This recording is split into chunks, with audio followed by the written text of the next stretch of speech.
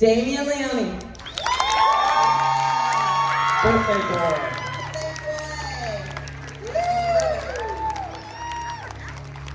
So are you going to wait on Catherine or is she on the way?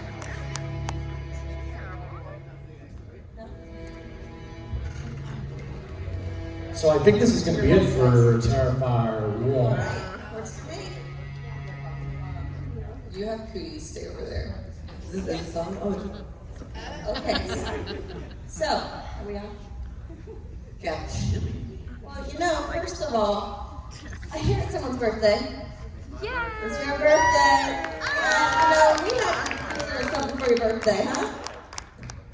Ready?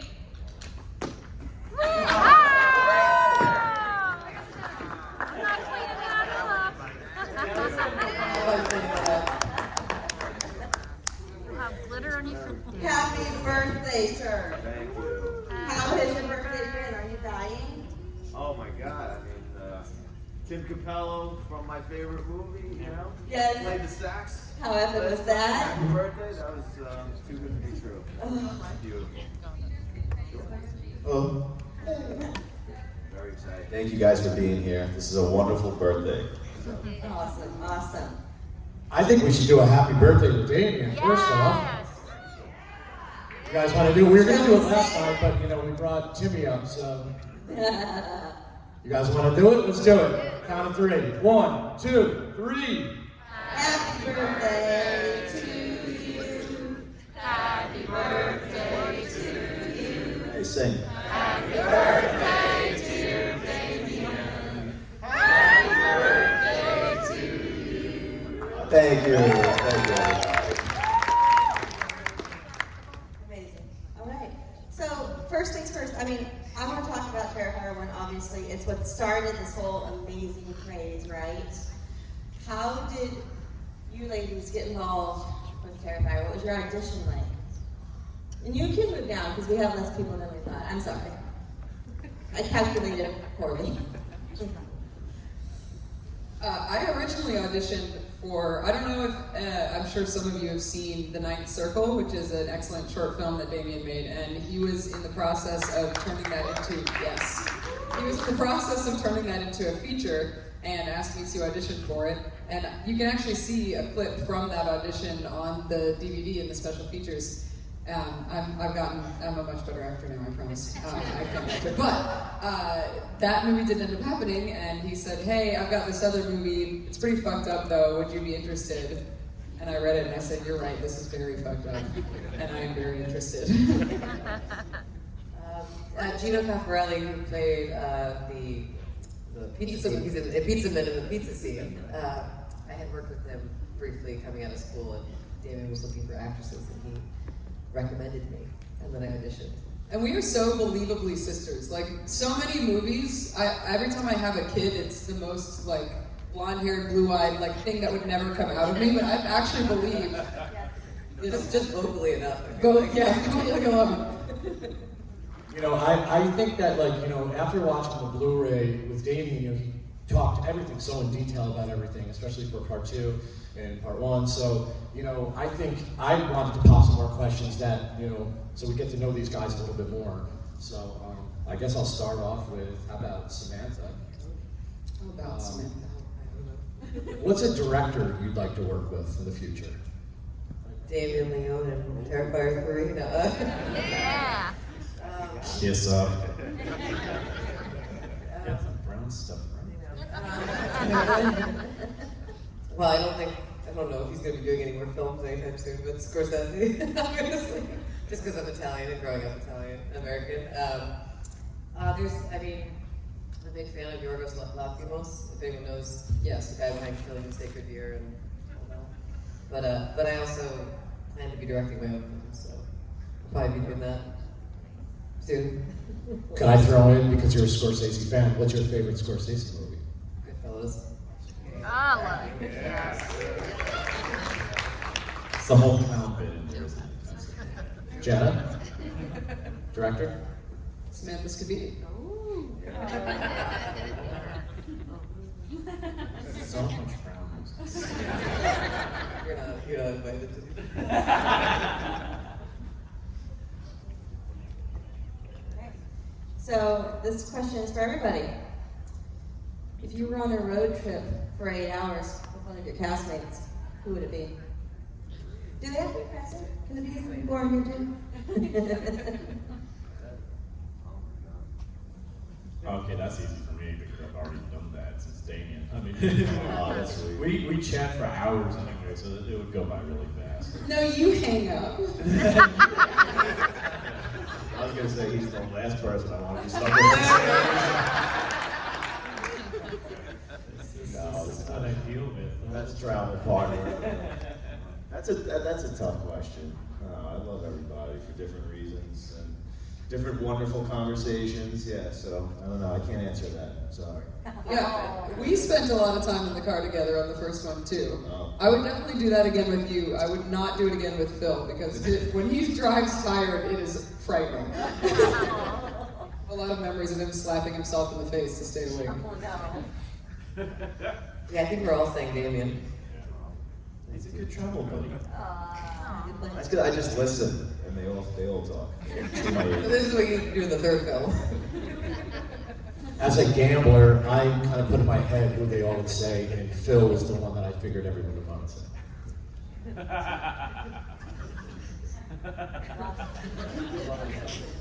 Yeah, lost that bet. He just brings some beef tips with him the whole time. David, what's your favorite movie, non-horror? Oh, that's easy for me. It's Who Framed Roger Rabbit. That's my favorite movie of all time. To me, it's a perfect film. It's got everything I love in a film. It's got comedy, it's got cartoons, it's got great music, great mystery, hot women. I mean, Jessica was like my first love, I think. I think a lot of us guys and some women at that age, when that first came out, I was like a coming of age type of thing. Like, whoa, what is this doing to you? But it's a great movie. It's a perfect movie in every single way, and it's the movie that got me into wanting to do movies and wanting to do voiceover work, because that's when I learned about Men in Black, doing all the voices for all the Looney Tunes characters. And I think that's the movie that started me on this journey. So. Damien, we all know that you and most of us are old school horror fans from, forever, right? What makes you excited about horror now and how it's evolved? Well, I don't really watch too many modern horror movies. I'm actually very far behind. Just a little bit. So I have a lot of catching up to do. But I did just see The Menu, and I was obsessed with it. I thought that movie was so fucking good. Have you seen Triangle of Sadness? No, I haven't. It's a better version of that movie. Really? Oh, Sorry, I'm so sorry if anyone worked on The Menu. I heard it. But I think right now we're clearly in an exciting time for horror, right? I mean, this past year is like a new renaissance of horror. And it's so celebrated, and there's amazing performances, and people are just doing a lot of exciting things, and even us, like we're pushing the genre, pushing the boundaries, with gore, and now like I feel like there's going to be another resurgence of slasher films now that are going to probably push it as well. So we might have to up our game next time, even though we're just trying to do that on our own. But who knows what they're going to come out with next? So it's exciting, and I'm excited to be a part of it. Hopefully there's a nice window of slasher movies that we can enjoy. Not just slashers, but these things are cyclical. So maybe a good 5 years or something of slashers. We'll see. Yeah, it's exciting though. Very exciting time.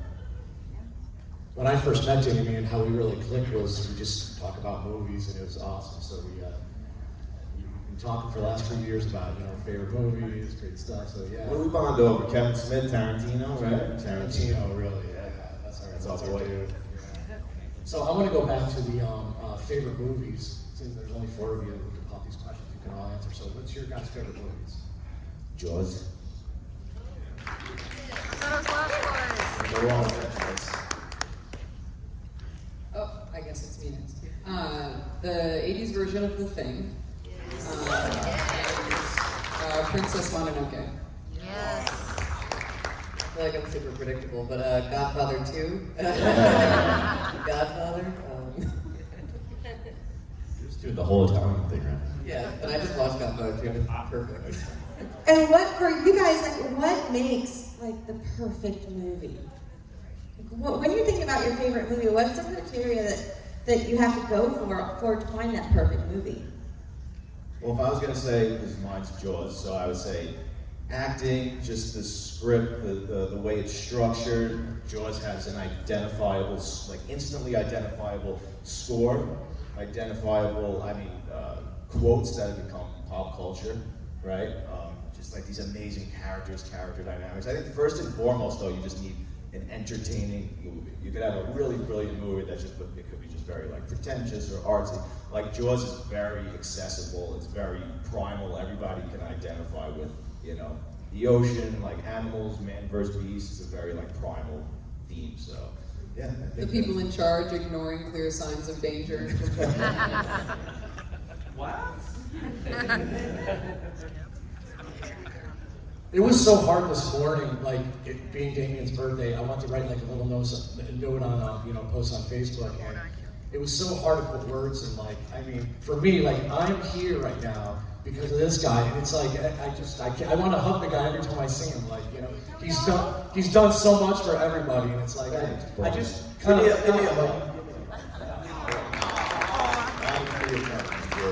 I can't believe I'm doing this right now. I'm like, 3.5 years ago, I was like, I love Terrifier, and then 3.5 years later, I'm sitting here with the guy who made me. Yeah, but this is just the world of how special cons are. I mean, I met you're a vendor at cons, right? And we just hit it off. I met so many amazing, beautiful people at all these conventions. And so, I introduced him to Kane Hodder. He was so excited. Met Kane Hodder. I brought you over. yeah, He was so excited. Yeah. Sure, I say it all the time, but I've been going to cons since I'm kids, 12 years old. Just a huge horror fan, obviously. So I still geek out, fanboy out of all these people. I'm still kind of like shy when I'm like going up to them and stuff. So, yeah, very cool. This is a good one for all you guys. If you weren't involved in movies, no movies, nothing, what would you be doing? Forensics. All right. That's like a cool answer. Your straight Yeah. face is like, yeah. Nothing about my face is straight. Forensics. When I was in high school, I studied forensics and I attended 4 live autopsies. And I like it because it's basically storytelling in reverse, where it's like, here's the end of the story, how did we get here? That's such a good answer. I'm just writing. I like to write. I'm a writer, so yeah. This is easy for me because I actually have a degree in this with the elementary education. I'm a former teacher, so that's what I would be doing. That was your plan A originally, right? Yes, yeah. I would love to sculpt or make surgical prosthetics. Like you see people, they get like face or nose, ears. Like I'm obsessed with those videos, and you see like how much joy that brings them. You can literally give them a new face or something like that. They can walk around. I love that. So I would do that. Amazing answers. Okay, so unfortunately, this is all the time we have for our part 1 group, but I'm going to have the selfie king here. So before we depart, we need to take a selfie with the audience. Everyone cool with that? Okay, let's do it. First selfie, guys.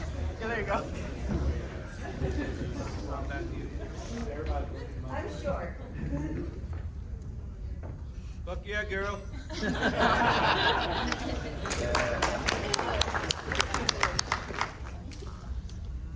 All right, I'm going to bring everybody up to Terrifier 2. Let's bring up Sarah Boyd. Sarah! You're such a bitch! Scream at the children. We'll keep you guys in the middle. Yes? Yes. Hi. My home girl, I love this girl, Casey Hartnett. Casey!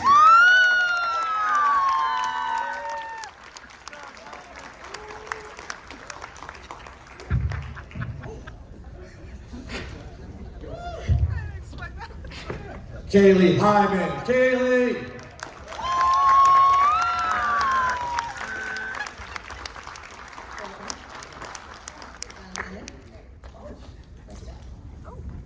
Jonas Davis. Jonas, come on up.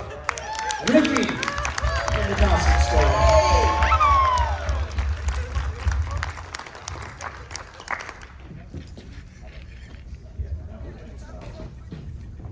Tamra, Glenn, Tam, come on up.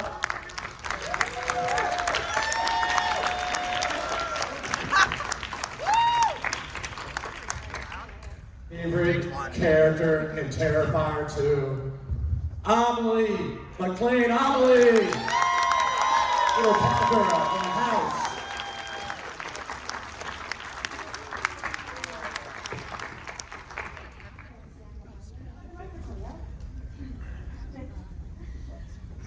All right, so we asked this to the part 1 group, but I would love to know how each of you got involved in Terrifier. Okay, this is how I got involved. I saw Terrifier, the original, and I picked up the phone, and I mean, I feel like I birthed the Levies. I've known those guys forever. And so I picked up the phone, I called Michael Levy, and I'm like, this is the most insane, awesome thing I've ever seen in my entire life. And so he hooked me with Damien, and being from Halloween and being a part of Terrifier this day and age, I tell you what, I am so grateful. Damien, David, this entire cast, crew, the fans, this is amazing, and thank y'all for having me. My love to y'all forever. This is amazing.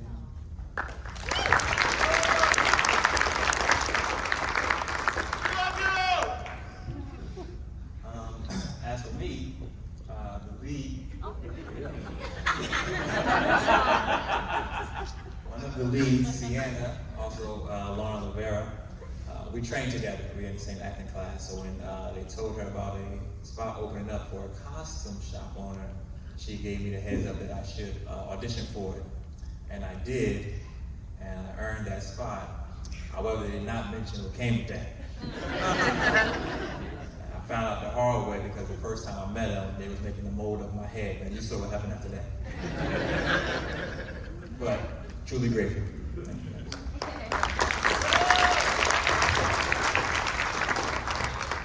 you.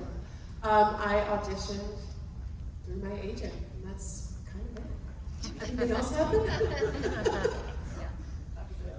Not exciting. Really?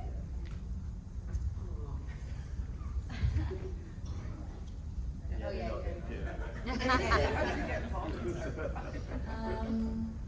I stumbled into a bunch of random dudes in Staten Island. No, that's a joke.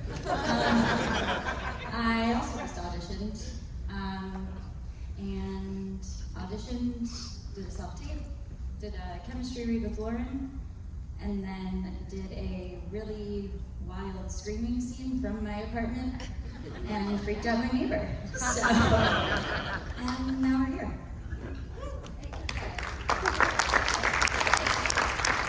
You just said that and it like springs something in my memory. I also auditioned, and for my screaming scene, I'm like banging on my door, and I'm in Brooklyn, and not one person asked if I was okay. It was such a small apartment building, like if you sneeze, I could hear my neighbor 3 doors down. Nobody asked if I was okay, which makes me, I mean, I guess it's just so New York. But yeah, also just auditioned.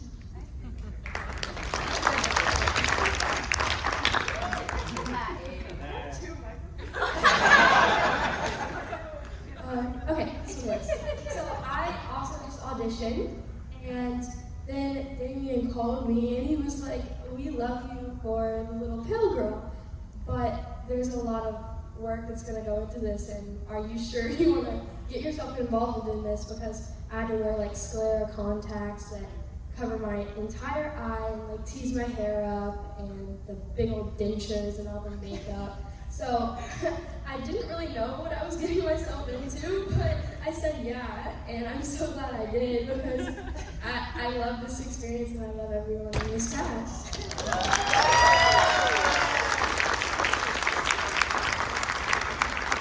I think we all are very glad that you got involved too, because you're fantastic.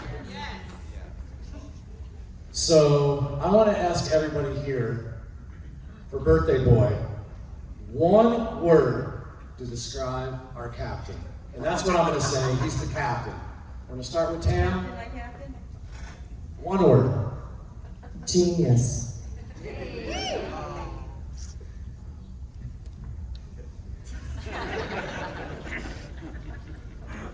Relentless. Phoenix. What did you say? Phoenix. Oh, Phoenix! I thought she said something else.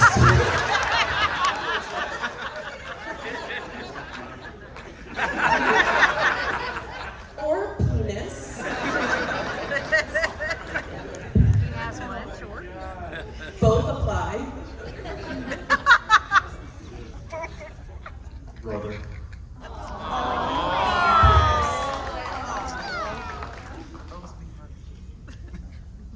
Sister. You better not say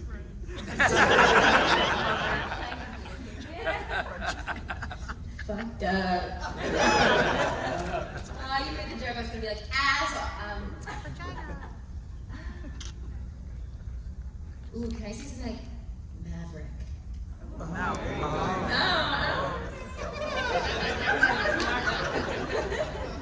I would say genuine. Like, you're such a genuine person. You're so real. I love that one. So I think we can all agree that Terrifier is a very special film. Part 1 obviously spawned this massive following and broke records, right? For all of you, what do you guys think sets Terrifier apart from all other films?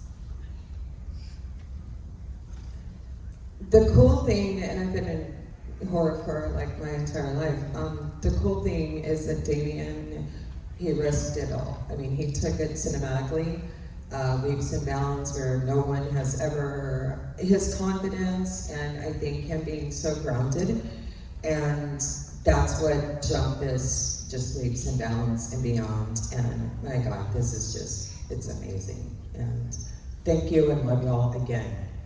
I mean, congrats to the bands, to Damien and David and everyone. With me, I would have to say, I've worked on quite a few projects, but what I particularly admire was that Damien had a very, very clear vision. He had a very good, strong team with him, and those guys. And the reason I said relentless earlier is because we had to do a reshoot. Like some people don't even realize that we had a different kill scene even, and we reshot that months later because he had the vision of what would work and what would not. And I trusted that, and looking at that complete project, man, I was nothing but amazed. Job well done. I think we all just really get along almost too well. And if you've ever been in a work environment and you don't like someone, it kind of like, things go awry, but we really all get along. Yeah. And it made everything so easy. Just so much fun. Really fun. Too much. Comes off on screen. Yeah, and I think so. The chemistry's there, and like everyone's still in contact. There's like, we're all truly friends. Like we're so excited to see one another. So.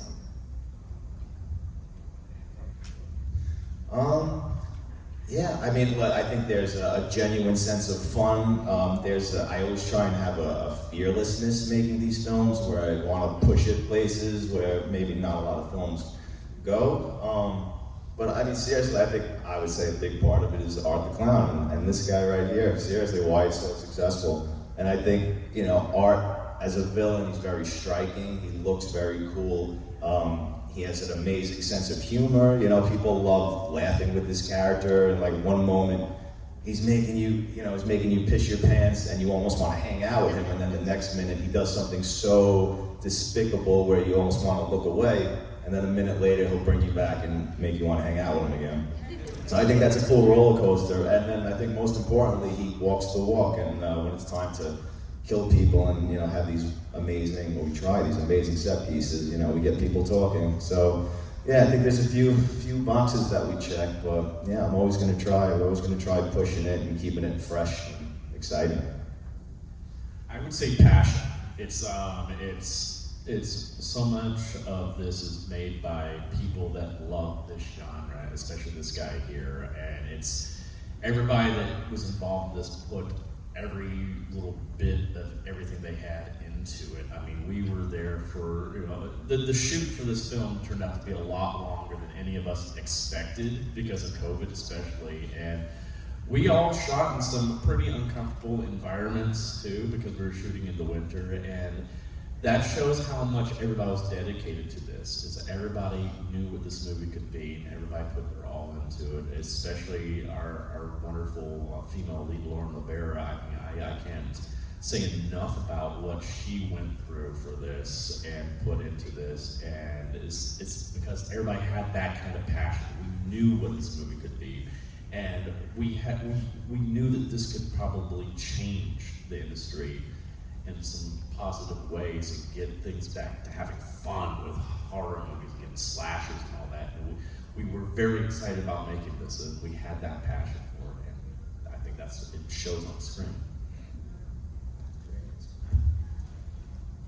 I think there's something really special when an artist and a filmmaker is able to unapologetically create something that they truly want to put out into the world without that being limited, without their artistic vision being limited. And I think that Terrifier is a really good example of that.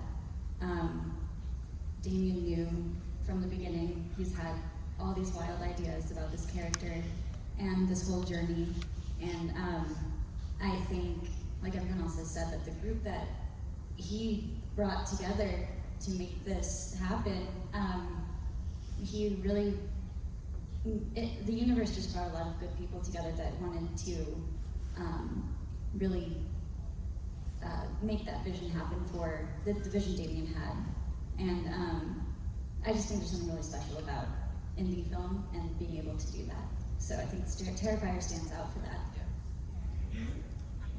Yeah, I totally agree. I think, like Damien was saying too, just the bravery, that absolute, I have no idea if this is going to be accepted or you know, well received, and I'm just going to absolutely fly into the dark is amazing. I admire that so much about you. And also just like on a technical level, I think like the practicals, going back to that original style of horror, I think, you know, everybody in this room obviously knows there's just such a love affair with that in the horror world. And Damien also, I mean, he writes, directs, he does all of the FX stuff. He like he captains our ship. He edited. Like he is just an absolute machine. Maybe I'll change my word. I like machine, but like in a nice way. And then the characters are iconic too. I mean, Art the Clown obviously is phenomenal, like everyone was saying. Sienna is such a badass, cool character that I think we really needed. And it's coming in this like fun time right now where we're just, well, this time in our life where people kind of need the fun. It's not exactly like the fun time in the world, but we need a laugh and to have a good time, and also to be squeamish and like not take life so seriously. And I think that this is like one of the most fun films I've ever done. I think what set this movie apart is the way that the cast bonded with each other. And when I came, I'm originally from North Carolina, so when I flew to New York, and it was my first time, I was nervous, I didn't really know what to expect. But like the minute I walked in there, like Damien was there for me, and David was there for me, and I wasn't really sure how to like do all the facial expressions and become a little pale girl, but David really helped me and made sure I felt at home. And even here, this is my first convention. All the cast has just been there for me and been so sweet and made sure, you know, I was good and everything. So I think it was just the bonding between the whole cast is what made this movie what it was. I legitimately almost cried right now. She is adorable. She is adorable. We're going to take some questions in the crowd, but I'm going to do a real quick one here. We already know David and Damien's answer, but one movie. What's your favorite movie? Not, let's say non-horror. Favorite movie. We start at town. One movie. This is so unfair. It's not a horror? Non-horror. Non-horror? Yeah, non-horror. Oh, dude. You're not a part of. Then I'm gonna go with like something big commercial. I'm gonna go with like Top Gun or something. I don't know. That's so, because I'm such Give me a... one movie. I'll answer for her. Halloween 5, right? We'll go to her. Yeah.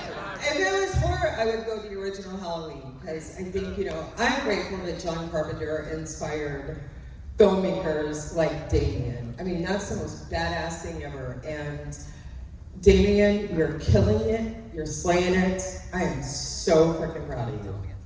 Thank you. Honored you're a part of this series. Non-horror, it would be Coming to America.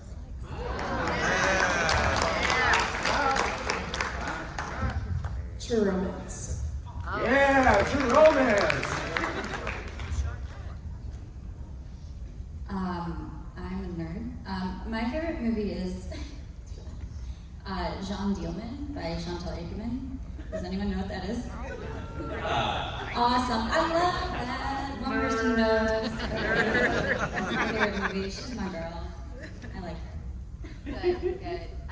The first Jurassic Park. I like Mean Girls. She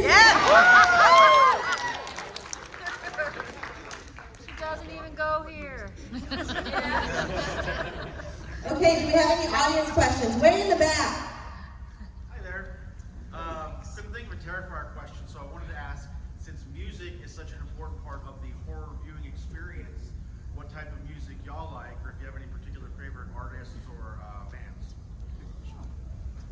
Yeah, I love Fleetwood Mac. That's my favorite band of all time.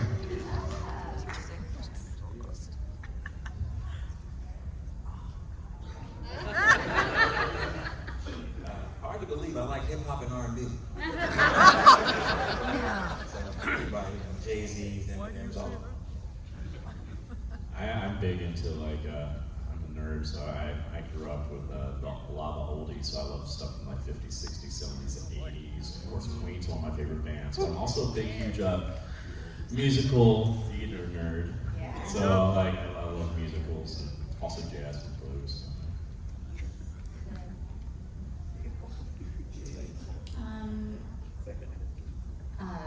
My favorite band, is that what we're really saying? I love, okay, I would say my two top favorite bands right now are Pink Floyd and National. I'm like kind of obsessed with the National right now.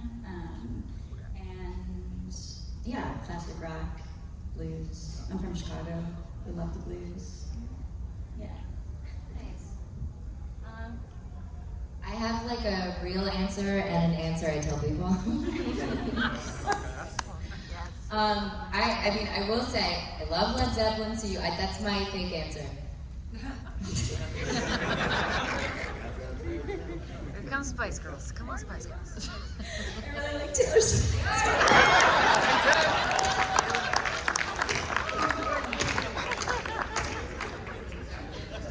I love all types of like indie music, and I play a little on my electric guitar. One of my favorite bands is Arctic Monkeys. I'm going to answer this one. Representing Damien's hometown, Staten Island, Wu-Tang Forever! Wu-Tang Forever House! Greatest of all time. Any more questions? In the front here. Okay, you guys keep talking about Captain, and I think that's a great analogy with you, because you made that first movie so dark, like John Carpenter Halloween-esque, and that was so brilliant. And then it was psychedelia in the second one, and you, golly, yeah, want to see her again. But thank you for not docking your ship and explaining to everybody why. it's just so much a breath of fresh air that we don't have to find out that somebody's his sister, or these are all people he kills from the orphanage or whatever. It was amazing. Not to say, you know, you may go that direction, but thank you for not doing it in the second movie, for sure. Question, right there. So for, I know unexpected things can happen on set, but was there anything that you couldn't expect, couldn't control, that happened, like a car going by, a plane going over, a random dog barking, anything like that? A sub pump in the basement. Yeah. I forgot about that. I mean, endless. That happens all the time. That entire scene where Sienna goes in Jonathan's room and she sees that he still has the father's sketchbook. So there was like a sub pump in the basement of that house, and it would go on twice. There were like two separate timers. Like there was like a 10-minute window we had, and then there was like a 4-minute window we had. And that was a long scene. And when you do a scene, you go all the way through, and you have to do it over and over in every different angle. So they could never get through an entire take without it going on. So like they were getting so frustrated, and it was one of the biggest, dialogue scenes, an emotional scene, and everybody was just so miserable that day. So there's a lot of cutting I had to do, in the editing room to figure out, how to make it all work, piece it together. But there was a lot of happy accidents, blessings in disguise. I mean, Allie's death, for instance. For the first time, I wanted to hire another crew to come in to help me do the makeup because this was so remarkably ambitious. So I said, there's no way I could pull all this off. So I said, we get, Phil, my producer, I said, we're gonna have to get another team to come in and do like 40% of the work or something. And we were talking to somebody, and sure enough, like a month or two before we started shooting, they pulled out of the project because they couldn't come to an agreement with the budget that we had. And now we were like really screwed and really far behind now. And I told Phil, I asked him, I said, what do we do? I said, do we postpone? He said, we can't keep postponing, we'll never finish this movie. He's like, let's just jump in and we'll figure it out. And that basically meant we had to just film up until a point, and if it was like an effects scene coming up, we had to just break. And him and I would go in his basement for a week, and we built all the effects coming up. But when we were shooting her scene the first time, we didn't have any of those effects ready, and I just remember, and knowing like that was supposed to be the scene that I wanted to rival the hacksaw scene. I remember on that day, just like being at the monitor and saying, this is nothing compared to the hacksaw scene. This is not gonna stand up in any way. I told everybody, I said, we're gonna have to come back and reshoot this or get inserts eventually. And then we got hit with COVID and we went into the lockdown, and I called up Phil and I called up Dave and I said, listen, I have all this time on my hands now. I'm gonna reconfigure this whole scene. I have all this time to build the effects now properly and have all these wonderful moments. And so I did. I took all the time. Me and Phil built everything you see in that scene, and then we went back for an additional 5 days and shot that entire murder scene, and she is like the legit MVP of Terrifier 2. Like, you have no idea what we put this poor girl through to deliver that scene. It was tough. It was a freezing cold barn, right, where we built that set. That whole room was a set because I knew we couldn't devastate somebody's actual bedroom that way. And it was so cold, so we had there was like a wood burning stove in there, and then we had a space heater, but we could only keep it on in between takes because it would ruin the sound. And she's just covered head to toe in prosthetics and blood for hours, and she's literally getting stuck to the rug when she's crawling, and I'm following her with a spray bottle of water, just like listening on, It was brutal, and a lot of work. You don't realize, but it could be one effect to be an entire day. So just the scalping, it took 4 hours just to apply that, and then you go on set and you have to actually film it, and then before you know it, 8 hours went by, and that's all you got was that little piece of film that's in there for seconds. So it's a lot of work. Worth it. Well, guys, we have one more question, so we're gonna have to get out of here soon. But first of all, I want to say thank you so much to Summer and all the hard work that she does for all the parents. Thank you so much. She invited me to this. Thank you so much. She does a wonderful job. This is hard work. It really is. I mean, there's a lot of stress coming up with stuff, running around. But all the questions that I wrote, there was one I said I couldn't wait to ask it. I'm not her ask it, but I was so excited. I'm dying to know the answer from everybody. So I'm gonna let her end this, And I'm gonna video this because I'm really excited. So. Thank you, Rick. Thank you, Selfie Guy. And again, thank you to Selfie Guy for being my partner in crime on this because it was so much fun. Fuck yeah, girl! Fuck yeah. Okay, I mean, fuck yeah. Okay, so this is his question, right? For everybody, who was your biggest inspiration growing up?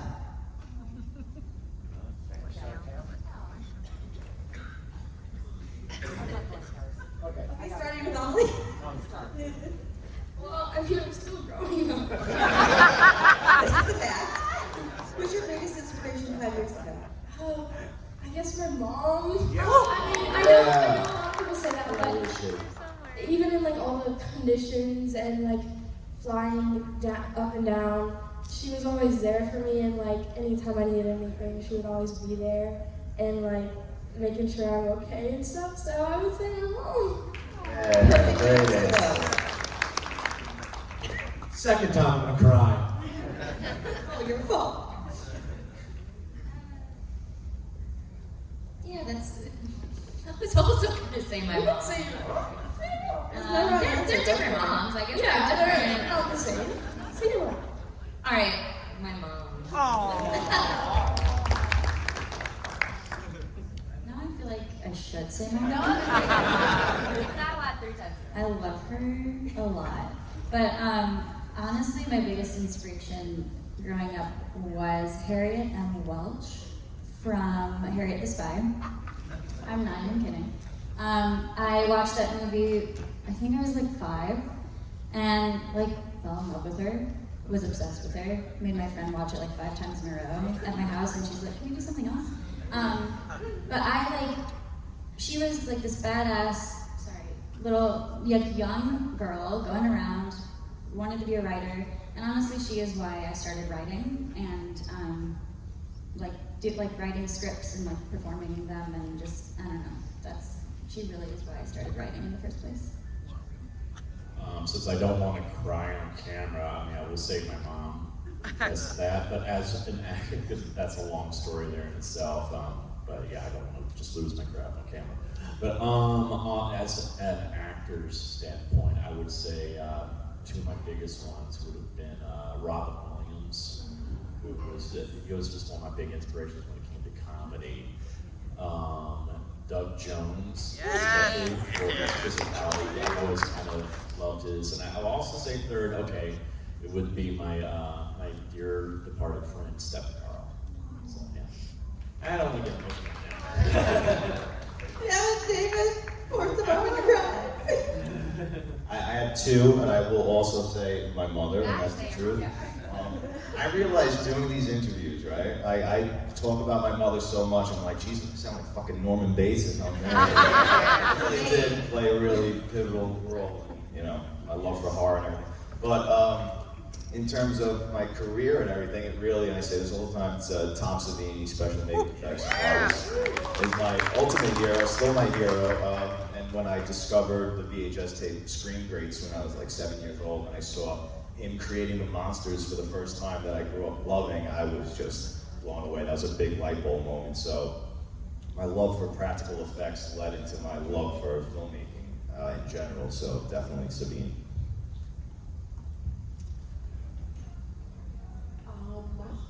Honest answer, Kermit the Frog.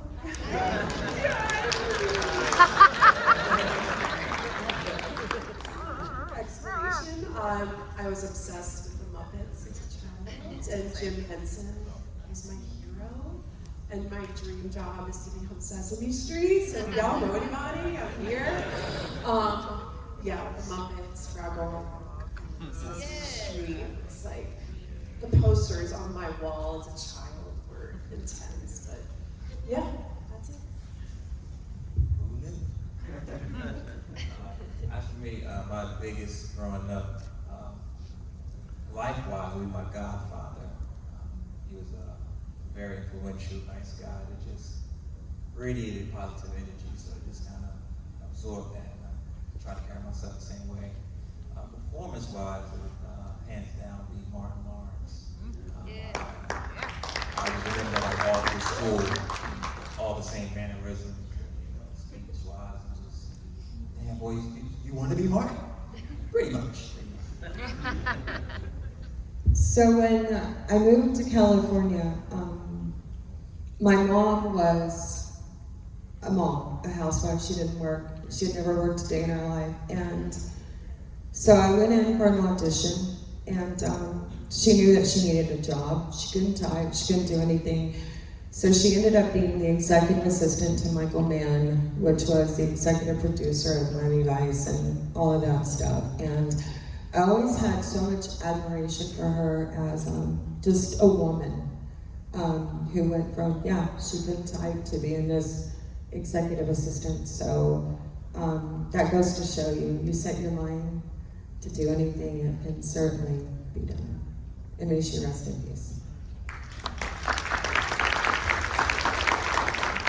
I know everybody wants selfie guy's answer. I'm gonna say first off, because I just lost my dad, my father in heaven who's watching me right now. I love you, Dad. My mother, but my inspiration, most random thing ever, growing up in upstate New York, Mike Tyson is my idol. Random. I'm gonna give it back to Summer. We're gonna get a selfie.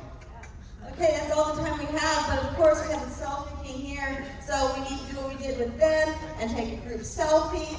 With the audience members, stand up, wave your hands, and tag yourself in the photo. He's in the car. That's it. You sound like I'm gonna go. Why is he not on a chair? No, sorry. You're recording. I know.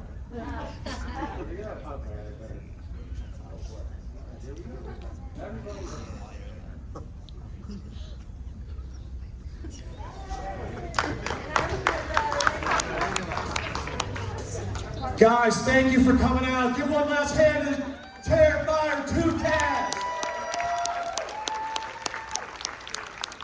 Everyone's going to be here for, I think, a few more hours, so go see them, everybody at the tables. Thank you guys for coming out. Terrifier fans are the best. Fuck yeah, girl. It's like, I want to go by that girl with the mom and be like, she's talking about the public being Sesame Street. Like, we need to go to the Center for Public Learning and see that place. You should tell her that. I probably will. I'll probably swing by the table and just like, go see the Center for Public Street.